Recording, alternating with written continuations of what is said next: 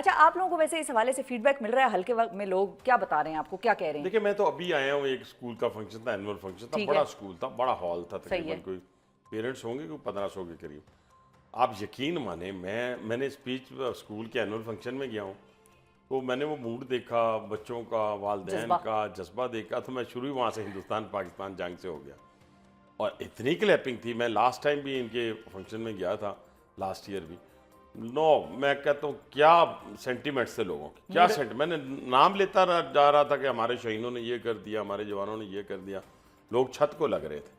और यही हालत हमारी ओवरऑल पूरी पाकिस्तानी कौम की है। शिवा एक सेकंड ज़रा बड़ी जब कहता हूँ ना इंटेलेक्चुअल गुफ्तगू करें, लोग हंसना भी शुरू हो जाते हैं। हकीकतन में इंटेलेक्चुअल गुफ्तगू करें, मैंने लास्ट जो असेंबली में की ना अपना स्पीच, उसमें भी मैंने किसी को कुछ नहीं कहा, मुल्क की बात की, लोगों की बात की। अभी मैं ये कहता हूँ, मैंने कहा thank you Modi, thank you Hindustan. अब लोग सारे परेशान हो गए, ये मोदी का और हिंदुस्तान का थैंक यू बोल रहा है। उसकी बुनियादी वजह, इसने पाकिस्तान पे अटैक किया, पूरी पाकिस्तानी कौम को इंटैक्ट कर दिया, पूरी पाकिस्तानी कौम को इकट्ठा कर दिया। ना कोई पख्तून रहा, ना पंजाबी रहा, ना बलोच रहा, ना सिंधी रहा, ना सराइकी रहा, ना कश्मीरी रहा, ना जीबी वाला रहा, और कौम जो है इकट्ठी हो गई और पॉलिटिकल पार्टी से इवन भी मैं beyond निकल गए। नेक्स्ट में वही कह, तमाम सियासी जमातें, हमारी अपोजिशन पार्टी जिसमें पीटीआई भी शामिल थी, तमाम रिलीजियस पार्टीज, कोई रहा नहीं जो अपनी फौज के पीछे खड़ा ना हुआ हो, अपने शाहीनों के पीछे खड़ा ना हुआ। यकीन माने अब भी जब मैं नाम ले रहा हूँ मेरे रोंगटे खड़े हो गए हैं कि कैसे हमारे शाहीनों ने हिस्ट्री रकम की है, तारीख रकम की है। लेकिन इसके साथ साथ आपको पता है कि मैं वो शख्स हूँ जो बटरिंग नहीं बल्कि मेरिट की बुनियाद के ऊपर, और जो उसका राइट बनता है, हक बनता है, वो मेरा लीडर हो, मेरा कोई दोस्त हो, फिर मैं उसको मार्क्स देता हूँ। जो स्पीच आर्मी चीफ की ओवरसीज़ के उसमें थी, फंक्शन में थी, कन्वेंशन में थी, आप यकीन माने उसका पूरे का पूरा प्रैक्टिकल मोदी के साथ, इस मोदी के साथ उन्होंने आजमाया है। सही है। और इतना कॉन्फिडेंट स्पीच थी अपना चीफ ऑफ आर्मी स्टाफ की, वो जज्बा ईमानी से सरशार थी। उस वक्त तो लोग देखे ना, ये कहते हैं बेखतर कूद पड़ा आतिशे नमरूद में इश्क।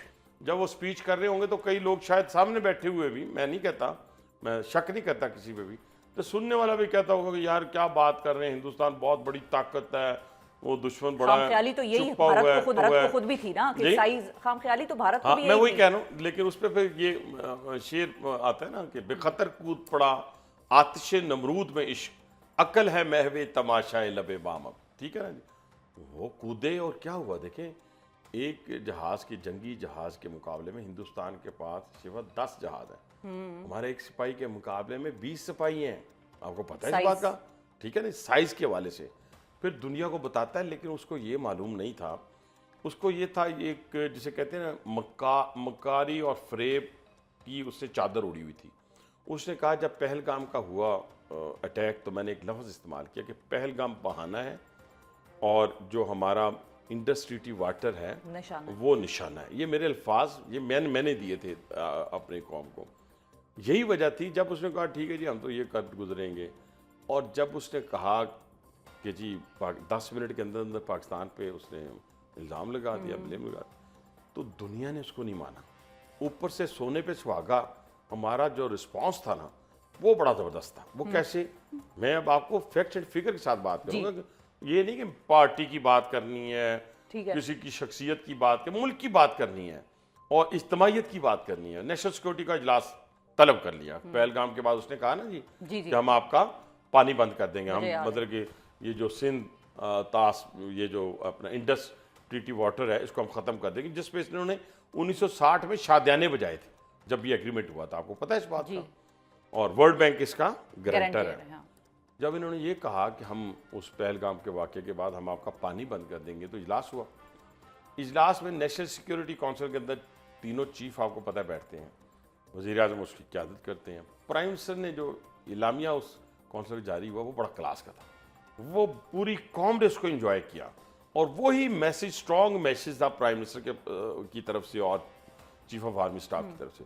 वो क्या था, उन्होंने कहा कि अगर आप हमारा पानी बंद करेंगे ना तो हम जंग करेंगे। ये नहीं कहा कि हम जंग का इंतजार करेंगे, हम आप समझे कि जंग है, और मैंने ये कहा था, ये भी मेरे अल्फाज हैं, मैंने कहा था आप हमारा पानी बंद करेंगे, हम आपका सांस बंद कर देंगे।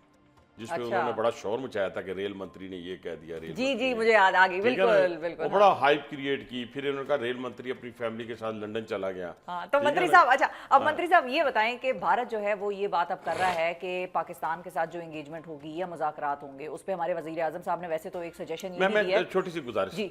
जब उन्होंने कहा ना हम अटैक कर देंगे, और दूसरा जो सिक्सर था, दूसरा फिर आपका जो भी जी, सवाल जी। होगा, दूसरा सिक्सर ये था कि उन्होंने कहा पूरी दुनिया को कि हम इंडिपेंडेंट इन्वेस्टिगेशन के लिए तैयार हैं। दैट्स इट, खत्म बात।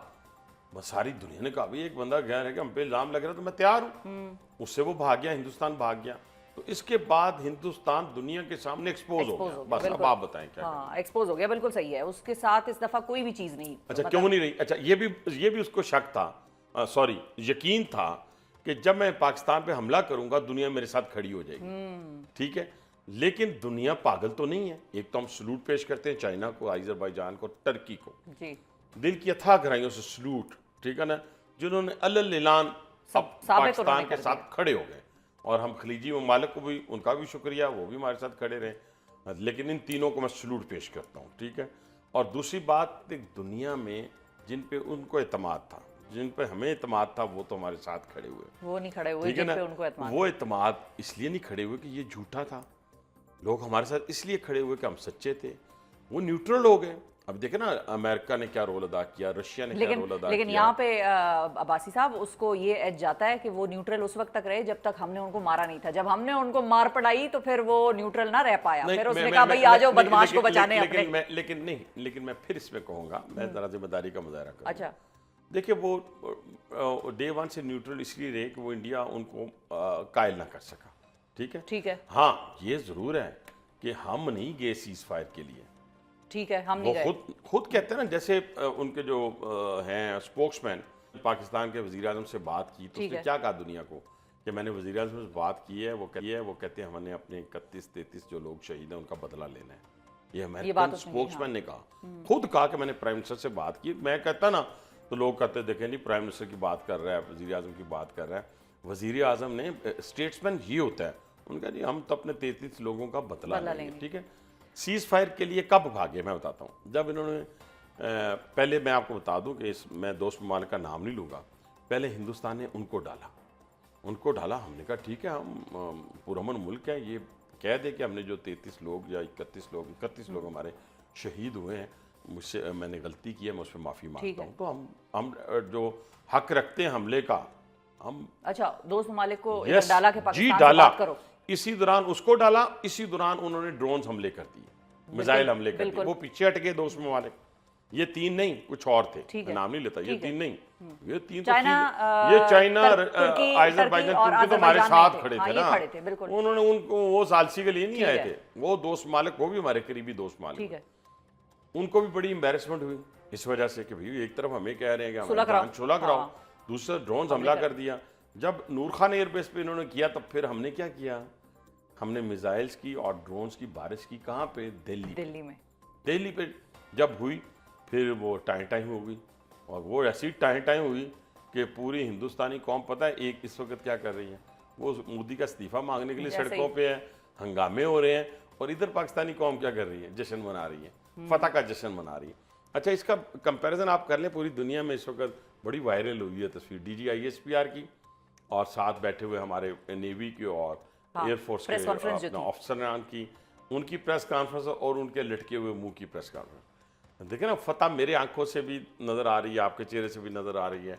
हम फतह याद, बॉडी लैंग्वेज शायद आज मेरी गुफ्तगू का अंदाज भी आपने देखा होगा। अच्छा, फिर उसके बाद अब्बासी साहब फिर 10 मई को अमेरिका की एंट्री हुई सीज फायर में, दोस्त ममालिक पीछे हट गए। हाँ, फिर वो उनकी तो सुनी नहीं गई ना, सुनी नहीं गई तो बात खत्म हो गई। उसके बाद उन्होंने हमले कर दिए, उसके फिर पाकिस्तान ने कुट्टा इनको अच्छी तरह। देखिए ना, पहले तो हमने जो उनके 5 जंगी जहाज गिराए वो अपनी बाउंड्री में रह के, देखिए क्या कॉन्फिडेंस था शिफा, क्या कॉन्फिडेंस था हमारी फोर्सेस का कि अपनी बाउंड्री पे रह के हमने 5 जहाज गिरा दिए। एक तो जब यहाँ पे उनका आया मिसाइल तो फिर क्या कॉन्फिडेंस था कि जहाज जाता है, हमारा बच्चा, छोटा बच्चा गया अभी हमारा, छोटा बच्चा कौन सा है? JF thunder. ठीक है, ये हमारा छोटा बच्चा है, इससे बड़ा बच्चा है हमारा महराज। उससे बड़ा बच्चा हमारा F-16, उन्होंने तो हिस्सा ही नहीं लिया। पता है आपको इस पूरी जंग में उन्होंने हिस्सा नहीं लिया। छोटे बच्चे, हमने छोटे बच्चे से जेट-एनसी भी था ना अब्बासी साहब, जो अब्बू था। वो जो मैं अब्बू नहीं कहता, मैं उसको अच्छा, बच्चे में गिना। अच्छा, ना, बच्चे ना, में। अब्बू जो थे हमारे पीछे बैठे हुए थे, F-16 वगैरह, F-16 मेराज, वो थे, ठीक है। उन्होंने उनको मारा, घर जाके मारा, घुस के मारा। और मैं सदके जाऊं अपने कामरान मसीह के, कामरान मसीह के सदके जाऊं। उसका कॉन्फिडेंस देखा था, जहाज निकलता हुआ हमारी फोर्सेस का, कि उसकी वीडियो बना रहे हैं कि इसने मारना ही मारना है, जैसे होता है ना कि मतलब फतेहयाब होकर रिंग में उतरता है।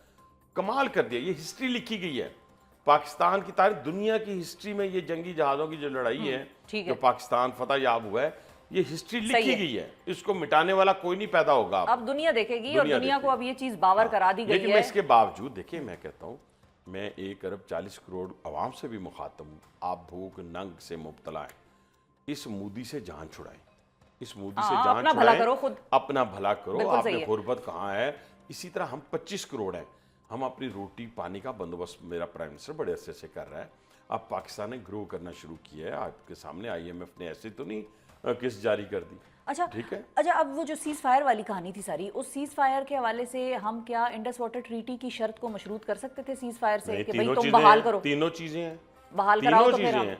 देखिए, एक तो न्यूट्रल वेन्यू होगा, बातचीत का न्यूट्रल वेन्यू। दूसरा आज़ाद जम्मू कश्मीर, ठीक है ना, आज़ाद कश्मीर में उस पर ये बात करेंगे कि जो UNO की रेजोल्यूशन है उसके मुताबिक फैसला हो। और दो तीसरी चीज़ें चीज, होगी, ठीक है ना। और तीसरी चीज़ ये है कि आप हमें बताएं क्या आपने फ्यूचर के अंदर हमारे साथ ट्रेड करनी है, नहीं करनी है, हमारे साथ बैठना है, उठना है, कैसी रिलेशन आप चाहते हैं। और तीसरी बड़ी चीज़ ये है कि आप बलूचिस्तान से और KPK से अपनी प्रॉक्सी वॉर को ख़त्म करें। ठीक है, टेररिज्म अगर वो प्रॉक्सी वॉर देखें, हम शिफत 30 साल से ये लड़ाई लड़ रहे हैं। दुश्मन ने तो पहली दफ़ा सामने आया ना, चुप के वार कर रहा था ना। आपको पता है 3700 अटैक्स करवाए हैं 1 साल में हिंदुस्तान ने पाकिस्तान के अंदर। लेकिन हाँ, वो बात आपकी सही है बासी साहब। लेकिन फिर जब हम ये बात करते हैं कि भारत की एक्टिव इन्वॉल्वमेंट थी पाकिस्तान में दहशतगर्दी और BLA और इन सबको, वो जाहिर है पीछे से पुष्पनाही करता है। तो हमने फिर जाफर एक्सप्रेस का मामला उस शद्दोमत के साथ क्यों नहीं उठाया, जिस शद्दोमत के साथ इन्होंने पहलगाम का इल्जाम? हमने तो सिर्फ इल्जाम नहीं लगाया ना, उन्होंने तो इल्जाम लगाया, हमने तो डोजियर दिया, जो कंसर्न जगह डोजियर दिया कि भाई हमने फिर ये देखिए, हमने 36 दहशतगर्दों मारने की वीडियो जारी की, हमने अपने 33 शहदा की जनाजे दिखाए आपको, हमने वो सैटेलाइट के ज़रिए जो कन्वर्सेशन हो रही थी इंडियन एजेंट के साथ अफगानिस्तान के अंदर, वो दुनिया को दिखाई, सुनाई, ठीक है ना। हमने तो एक डोजियर थोड़ी दी है उनके एविडेंस के, बहुत सारे दिए।